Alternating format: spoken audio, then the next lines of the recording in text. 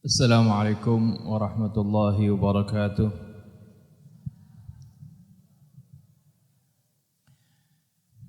Bismillahirrahmanirrahim. Alhamdulillahilladzi hadana li hadza wa ma kunna linahtadiya laula an hadana Allah. Wassalatu wassalamu ala sayyidina Muhammad ibn Abdullah wa ala alihi wa sahbihi wa man jahada fi sabilihi wa wala. Amma ba'du. Yang sama-sama kita hormati orang tua kita, guru kita Al-Habib Husain ibn Hamid Al-Attas, dan juga orang tua kita Al-Habib Abdullah ibn Idrus Al-Jufri, mata'anna Allahu bituli hayatihima wa tawwala Allahu umrahuma wa sa'allahu rizqahuma وجعل الله من المستقيمين بدعوة رسول الله صلى الله عليه وآله وسلم. Para hadirin dan hadirat yang dimuliakan oleh Allah Subhanahu wa taala, alhamdulillah wa syukurillah, kita panjatkan puji syukur kita kehadrat Allah Subhanahu wa taala atas segala karunia-Nya, rahmat-Nya serta taufik dan hidayah-Nya yang senantiasa tercurah kepada kita, sehingga pada saat ini kita bisa kembali hadir di majlis yang mulia ini, majlis yang dibacakan Al-Quranul Karim, dibacakan sejarah Nabi kita Muhammad sallallahu alaihi wasallam, dibacakan zikir, tasbih, tahmid dan tahlil. Ini adalah merupakan majlis yang penuh rahmat, penuh barakah dari Allah Subhanahu wa taala. Semoga Allah Subhanahu wa taala menerima segala amal ibadah kita dan mencatat amal ibadah kita ini sebagai bukti kecintaan kita kepada Allah Subhanahu wa taala dan Rasul-Nya. Hadirin dan hadirat sekalian, pada kesempatan kali ini topik yang akan kita bicarakan itu merupakan kelanjutan dari topik yang kita bahas di minggu lalu tentang bagaimana pembinaan keluarga sesuai dengan keteladanan Nabi kita Muhammad sallallahu alaihi wasallam. Pada bulan yang lalu sudah kita bahas tentang bagaimana keluarga itu dimulai dari seorang mencari pasangan yang baik, mencari pasangan yang beriman kepada Allah Subhanahu wa taala dan berakhlak mulia. Kemudian setelah itu tentunya setelah berpasangan, keluarga ini akan tentunya berharap dan ingin memiliki keturunan, dan pada saat itulah mulai terjadi bagaimana proses di samping yang pertama adalah hubungan antara suami dan istri yang diperintahkan oleh Allah Subhanahu wa taala, bagaimana hubungan tersebut dilakukan dengan muasyarah bil ma'ruf, hubungan timbal balik yang harmonis, yang saling dukung-mendukung, saling mengetahui hak dan kewajibannya masing-masing. Antara suami dan istri itu harus saling dukung-mendukung, bukan yang satu menjadi penguasa, yang satu menjadi hamba sahaya, sehingga terjadi kediktatoran di dalam keluarga. Itu adalah bukan keluarga yang menjalani sesuai dengan teladan Nabi kita Muhammad sallallahu alaihi wasallam. Tapi yang sesuai dengan teladan Nabi adalah bagaimana terjalinnya keharmonisan di antara suami istri, di mana terjadi muasyarah bil ma'ruf, arti saling mempergauli dengan baik antara keduanya, di mana masing-masing melaksanakan kewajibannya. di samping masing-masing memiliki hak. Hadirin dan hadirat yang dimuliakan Allah Subhanahu wa taala. Bagaimana proses pendidikan keluarga, terutama pendidikan anak?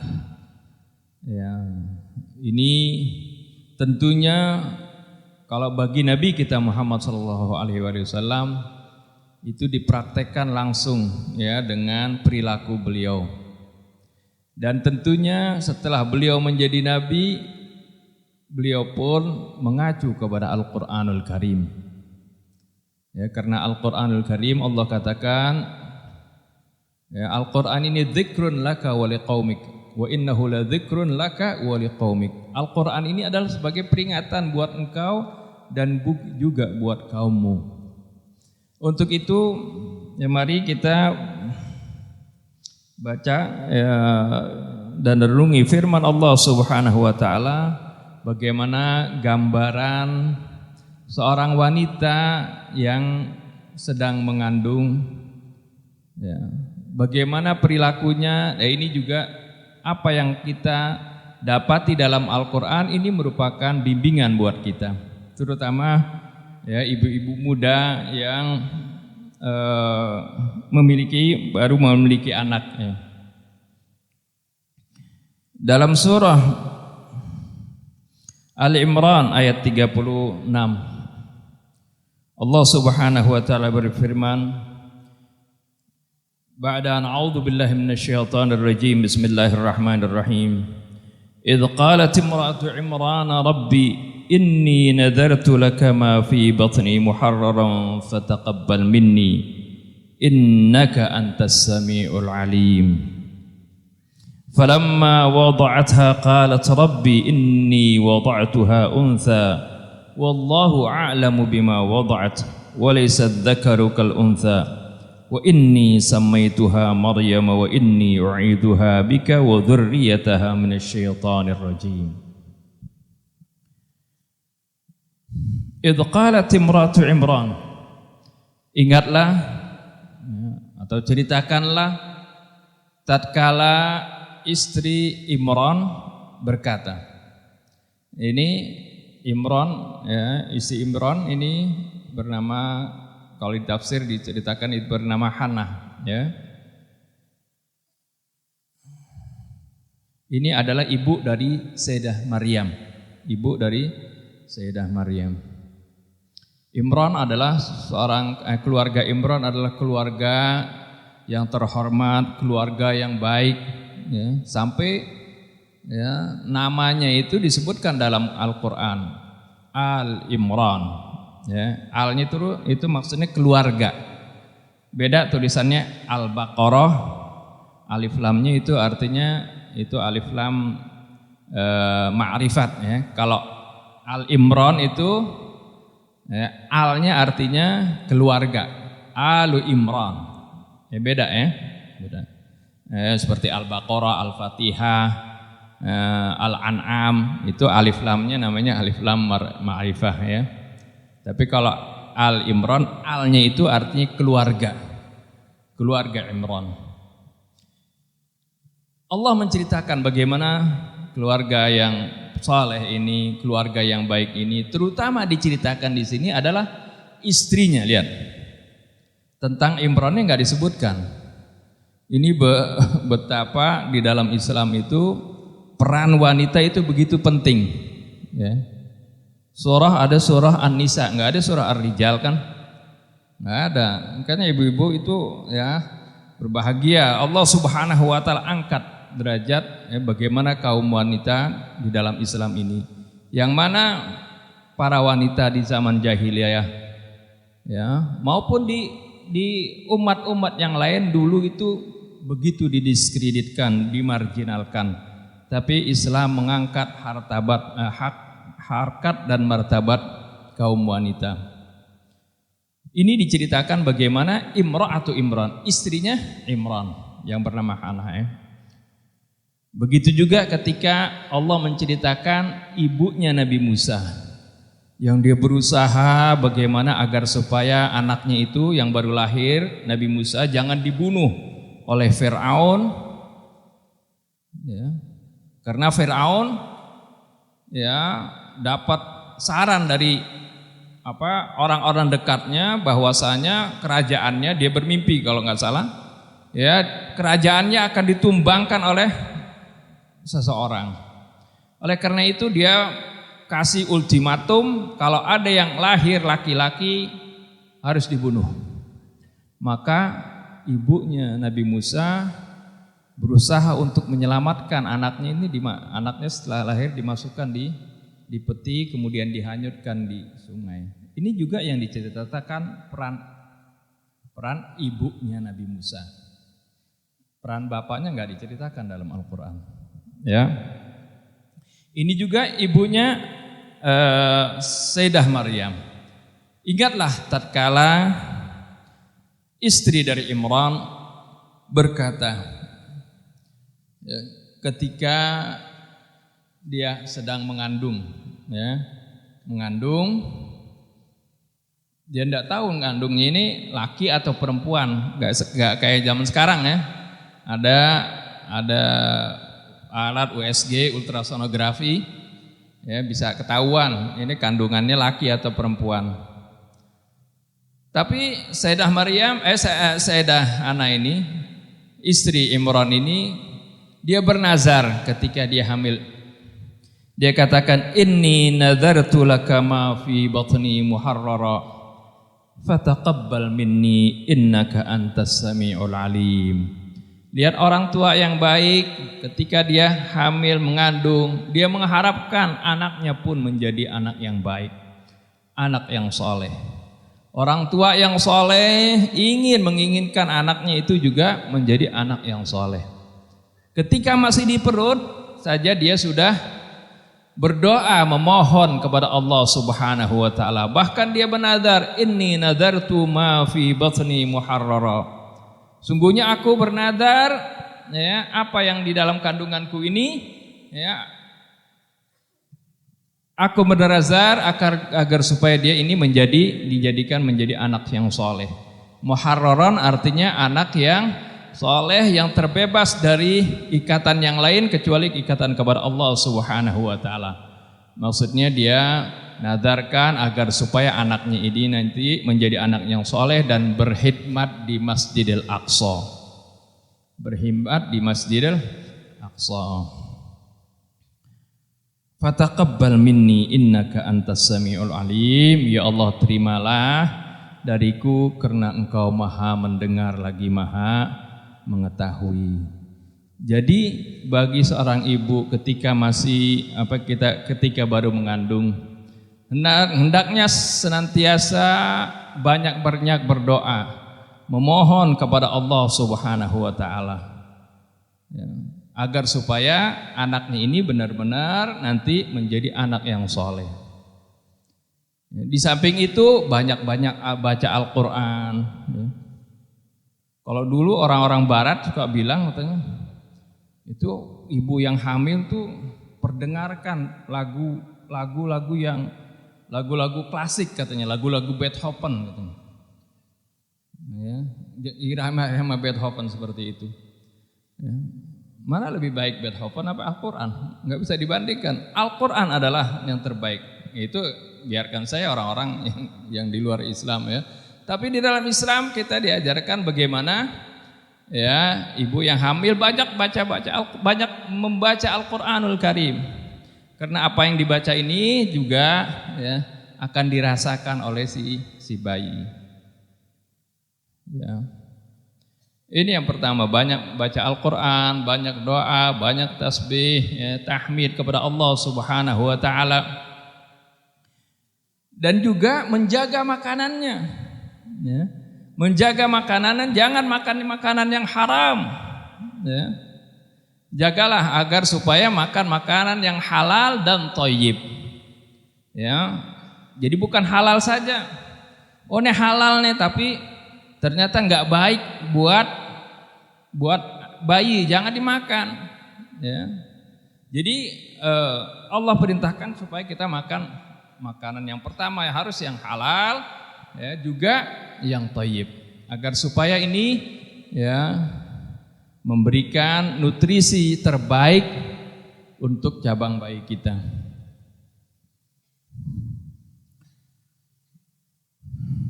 Ya, kita banyak berdoa kepada Allah Subhanahu wa taala. Nah, ini kemudian ya Allah Subhanahu wa taala firmankan di ayat berikutnya, falamma wada'atha qalat rabbi inni wada'tuha untha. Ya, Nabi istrinya Imran ini enggak tahu lahirnya bayi yang dikandungnya laki-laki atau perempuan. Falamma wada'atha, ketika dia melahirkan bayi tersebut, qalat inni wada'tuha untha. Ya, dia mengatakan Rabbi, qalat Rabbi inni wada'tuha untha. Wahai Tuhanku, aku ternyata melahirkan anak perempuan. Wallahu a'lamu bima wada'at. Dan Allah tentu lebih tahu apa yang dilahirkan oleh istri Maryam ini, istri Imran ini. Allah Maha tahu, ya. Sejak masih di dalam kandungan juga Allah Subhanahu wa taala sudah tahu, ya, seperti itu. Tapi ternyata istri Imran ini ketika melahirkan dia baru tahu, aduh, ternyata anaknya yang dilahirkan ini adalah anak perempuan. Padahal dia bernazar nanti anaknya ini sebenarnya dipikir anak laki. Kalau anak laki kan akan berkhidmat di masjid, di Baitul Maqdis. Baitul Maqdis kan tentunya ya leluasa, ya. Berbeda dengan anak perempuan, tidak leluasa kalau dalam berkhidmat di dalam Baitul Maqdis. Karena wanita kan suka datang bulan, misalnya seperti itu. Nah, ini yang dia katakan. Walaysa dzakaru kal untha. Tentunya laki-laki berbeda dengan wanita. Arti berbeda dengan kondisinya. Berbeda tidak? Ya, berbeda kan? Ya, ada orang yang mengusung emansipasi, katanya enggak ada perbedaan antara laki-laki dan perempuan. Ya, masa dia enggak bisa lihat beda? Ya. Wanita haid, laki-laki haid tidak? Tidak, wanita hamil melahirkan, apa laki-laki melahirkan atau tidak? Kan tidak, itu ada perbedaan, maksudnya itu seperti itu. Dan ini juga pernah kita waktu itu dengan Ustaz Husain di Surabaya bedah buku, ada buku dari Dr. Musdah Mulia kalau nggak salah, yaitu yang mempermasalahkan ya tentang masalah gender. Di dalam Islam ya, wanita itu begitu dihormati. Antara pria dan wanita di mata Allah sama semuanya.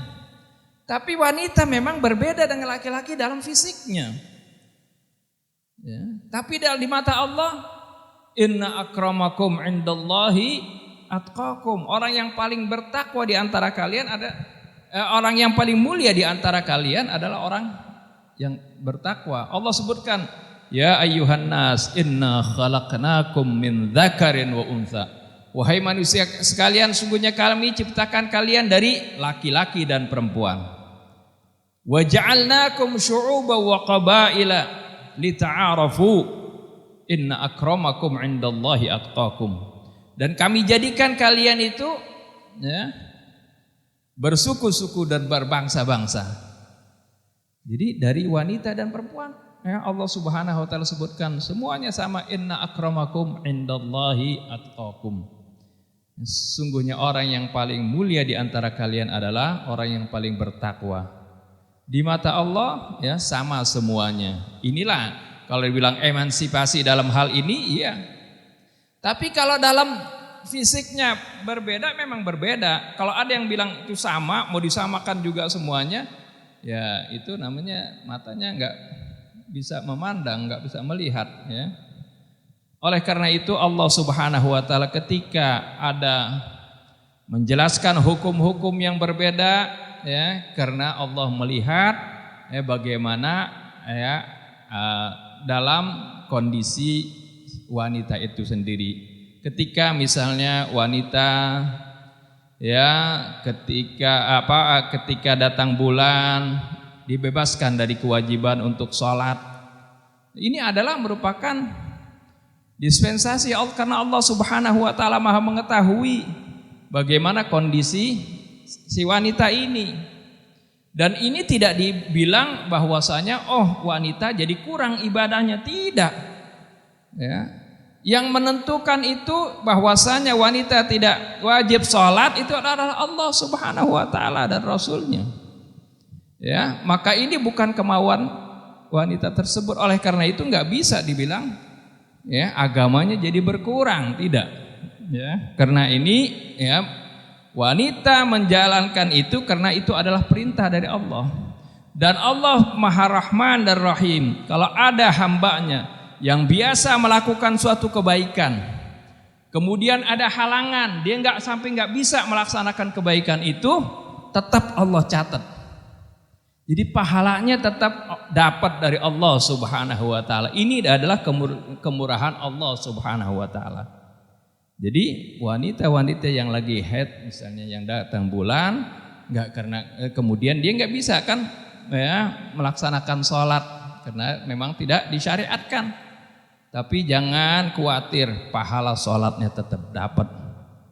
Ini Rasulullah sampai mengatakan dalam hal amalan sunnah saja, barang siapa ada orang rajin misalnya dia sholat tahajud malam, kemudian dalam suatu ketika dia ada kendala, dia nggak bisa bangun malam, itu Allah tetap catat dia seperti orang yang melakukan sholat tahajud, tetap Allah tidak kurang. Ini adalah bagian dari rahmat Allah Subhanahu wa taala kepada hambanya.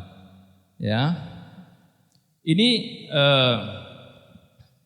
kalimat tadi walaysad dzakaru wal unsa, bagi mereka-mereka yang mengusung emansipasi dalam segala hal, dibilang nih lihat tuh Al-Qur'an saja katanya membedakan antara laki-laki dan perempuan, walaysad dzakaru kal unsa.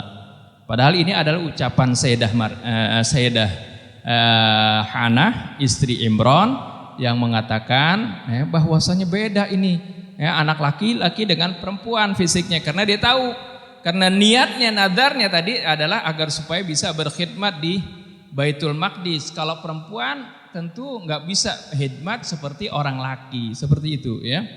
Jadi kalimat ini bukan kalimat pernyataan dari Allah bahwasanya berbeda laki-laki dan perempuan ya, dalam tugas dan kewajiban seperti itu atau dalam hal martabatnya, tapi memang ada perbedaan dalam fisiknya dan psikisnya seperti itu. Wa inni sammaituha Maryam, dan sungguhnya aku namai putriku ini Maryam. Maryam itu kalau dalam bahasa Ibrani artinya abidah, seorang ahli ibadah. Ya, jadi dinamai dengan nama-nama yang baik. Ini juga Rasulullah SAW perintahkan kalau kalian punya anak, kasihlah nama-nama yang baik. Ya, jangan sembarangan kasih namanya, karena itu adalah ketika kita memberikan nama kepada anak kita, itu merupakan harapan dan doa kita seperti itu. Bahkan Rasulullah SAW bukan hanya anak yang masih kecil baru lahir suruh namain yang baik. Ketika ada orang sahabat yang baru masuk Islam, namanya itu tidak baik, langsung Rasulullah SAW ganti namanya seperti itu. Ya, seperti ada yang namanya Abdus Syams, hamba matahari. Ini enggak benar. Sini Rasul ganti Abdurrahman, ganti dengan Abdurrahman. Ya, ganti yang mirip-mirip seperti itu. Ya. Itu bukan saja kepada anak kecil, ya, orang yang sudah dewasa pun dilakukan seperti itu oleh Rasulullah SAW. Wa inni sammaituha Maryam, wa inni u'idzuha bika wa dzurriyyataha minasyaitonir rajim. Dan sungguhnya aku memohon perlindungan untuknya, wa dzurriyyataha, lihat, untuknya dan untuk keturunannya nanti. Lihat doanya bukan hanya kepada si bayi tadi, tapi kepada anak keturunannya. Wa dzurriyyataha minasyaitonir rajim, dari syaitan yang yang terkutuk. Nah, ayat berikutnya, fataqabbalaha rabbuha biqabulin hasanin wa ambataha nabatan hasana wa kaffalaha Zakaria. Ya, ayat 37-nya. Fataqabbalaha rabbuha, lalu Tuhannya mengkabulkan doa Sayyidah Maryam, Sayyidah Hana tadi dengan penerimaan yang baik, wa ambataha nabatan hasana, dan Allah pertumbuhkan bayi tadi dengan pertumbuhan yang baik. Wa kaffalaha Zakaria, dan dia diasuh oleh Nabi Zakaria. Artinya bagaimana Sayyidah Maryam ini menyerahkan pendidikannya kepada orang yang baik juga. Jadi pendidikan yang pertama adalah dari kedua orang tua itu sendiri, ya. Ketika lahir tentunya diasuh, dirawat oleh kedua orang tua, ya. Kemudian setelah itu juga diserahkan ke lembaga pendidikan atau ke pendidik juga yang soleh, yang baik. Ini penting, ya, karena terkadang anak kita sudah didik dengan baik, tapi kemudian kita masukkan ke tempat atau instansi pendidikan yang tidak baik, akhirnya berubah. Berapa banyak sekarang ada kejadian anak yang pulang dari satu lembaga pendidikan gak taunya menentang orang tuanya. Ada juga yang bahkan menganggap kafir kedua orang tuanya, naudzubillah min dzalik. Pernah dengar kan seperti itu? Nah, ini artinya nggak benar kalau seperti itu. Jadi ya harus ditempatkan juga ya dalam pendidikan yang baik, ya, lembaga pendidikan. Kepada dicontohkan bagaimana diserahkan kepada Nabi Zakaria. Kebetulan ini Nabi Zakaria adalah masih pamannya itu dari Sayyidah Maryam, ya. Tentunya ketika baru lahir si bayi disunnahkan seperti yang dilakukan oleh Nabi kita Muhammad SAW terhadap cucunya Sayyidina Hasan maupun Sayyidina Husain. Ya, ketika lahir diazankan di kuping kanan, telinga kanan, ya, dan dikomatkan di telinga kiri. Ini bukan maksudnya suka orang ya menentang hal ini, bilang kan bayi belum wajib sholat kok disuruh sholat, suruh adzan, ya. Bukan seperti itu, ya. Allah Subhanahu wa taala menerangkan dalam Al-Qur'an bahwasanya ketika seorang itu lahir, indera pertamanya yang pertama merespon itu adalah pendengarannya. Wa ja'ala lakumus sam'a wal absara wal afidah. Allah jadikan buat kalian itu pendengaran, wal absar, kemudian penglihatan, baru dan juga wal afidah, dan hati, akal, ya. Jadi sam'a dulu, pendengaran dulu. Ini terbukti apa yang disebutkan dalam Al-Qur'an ketika ilmu kedokteran mulai maju, ya. Diketahui ternyata memang ketika bayi lahir itu sudah mendengar. Ketika baru lahir mereka sudah dengar, tapi belum melihat. Melihat itu baru 5-6 hari kemudian baru bisa ngelihat. Ya, bayi yang lahir seperti itu. Nah, ini jadi baru lahir bayi itu sudah mendengar. Oleh karena itu disunnahkan agar supaya pertama kali yang dia dengarkan bayi ini ketika dia lahir ke muka bumi adalah kalimat la ilaha illallah Muhammadur Rasulullah, kalimat tauhid yang ada di dalam adzan, ya. Yang ada di dalam adzan. Oleh karena itu diadzankan oleh Rasulullah, ya, kuping kanan diadzankan, dikomatkan di kuping kiri. Ini supaya itu tertanam di dalam hati dan jiwanya itu kalimat tauhid, kalimat thayyibah, ya. Begitu juga disunnahkan ditahnik, ya. Tahnik itu artinya ditahnik itu dengan kurma, ya, dipapak dulu oleh orang tuanya atau dengan orang yang soleh, ya. Kemudian dimasukkan di mulut si bayi tadi. Ini diriwayatkan dalam Sahih Bukhari dan Muslim, diceritakan bagaimana sahabat Anas bin Malik ketika ibunya Ummu Sulaim melahirkan anak, dibawa langsung ke Rasulullah SAW. Dibawa langsung, lalu Rasulullah bilang, apakah kamu bawa ada kurma? Ya, di tahnik tuh pakai kurma ya. Ada, ya Rasulullah disiapkan kurma. Terus Rasulullah ya papak digigit gitu, kemudian disuapi ke mulut si bayi. Ya, ini tahnik namanya. Ya. Ini unik, Ummu Sulaim ini ya melahirkan anaknya bayi ini unik sekali. Ya, dia itu asalnya bagaimana kesabaran Ummu Sulaim dan suaminya ketika awalnya dia punya anak juga bayi meninggal ketika ya Allah Ummu Sulaim lakinya lupa sebenarnya. Jadi lagi pergi, kemudian anaknya meninggal. Meninggal ketika pulang suaminya nggak tahu. Anaknya disimpan dulu, dirapikan, kemudian dia berperilaku seperti biasa. Ya, disambut suaminya, ya, dikasih makan, bahkan ya sampai berhubungan suami istri. Setelah selesai baru dikasih kabar. Ya, dia dikasih kabarnya dengan kiasan. Gitu.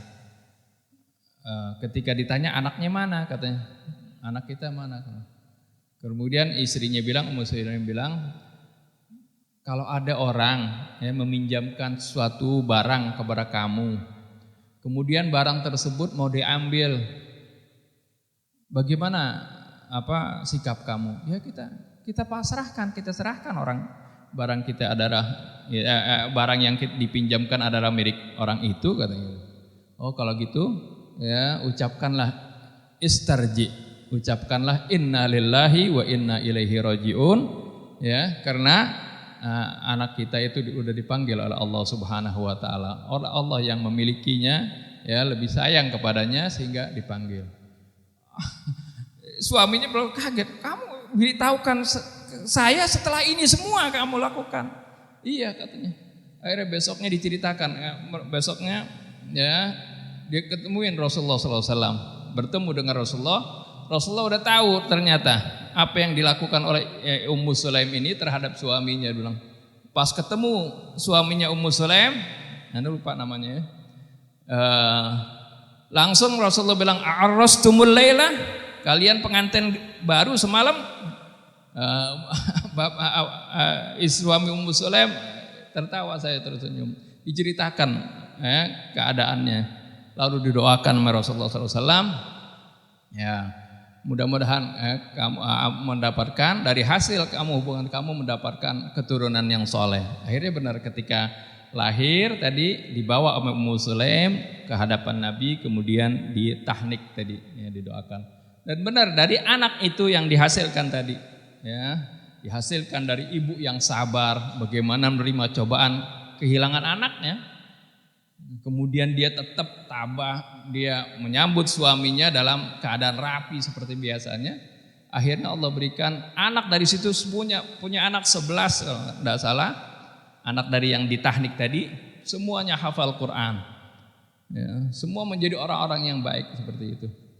Ini adalah bagaimana pendidikan yang baik.